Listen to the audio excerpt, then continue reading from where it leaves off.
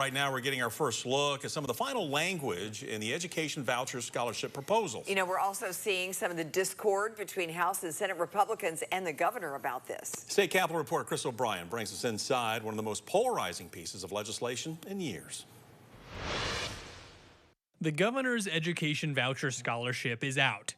It would establish a scholarship of about $7,000 for any student who wants to attend a private school starting in 2025 with a limited rollout in 2024. The funding would come outside Tennessee's TISA model, which funds public schools.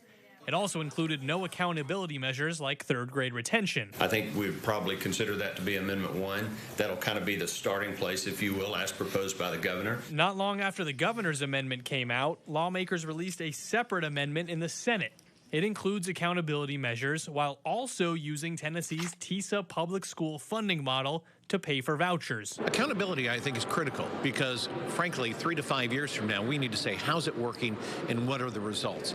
We need to show it. But why are there two different versions of the bill? Candidly, we didn't have legislation from the governor, so we hadn't seen it and said, let's start crafting what we think would be the best policy for the state. The difference is just the latest in the legislative Cold War between Republicans in the House, Senate, and governor's office that started back with last year's special session, though lawmakers downplayed it Thursday. I don't think it's a Cold War. I just think, you have 132 total people sitting here trying to make a decision. The House has yet to release its own amendment at this point, but leadership says it will be what's known as an omnibus bill, packed with many other components like pay raises and more insurance funding for teachers. And you're going to see us do a lot of things that teachers have been asking about, that Leader Lamb has talked about, things that the school systems have talked about, and things that superintendents have talked about on funding mechanisms and funding models. So I think you'll see it's an all-encompassing approach from us. It's not just about choice, it is about K through 12 education. Democrats slammed that notion Thursday,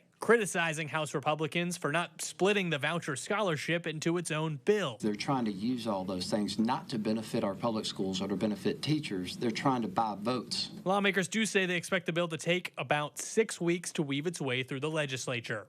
In Nashville, Chris O'Brien. Now, Chris says that we are expecting the House to release its version of the bill pretty soon, if not within the next few days. And of course, we'll let you know.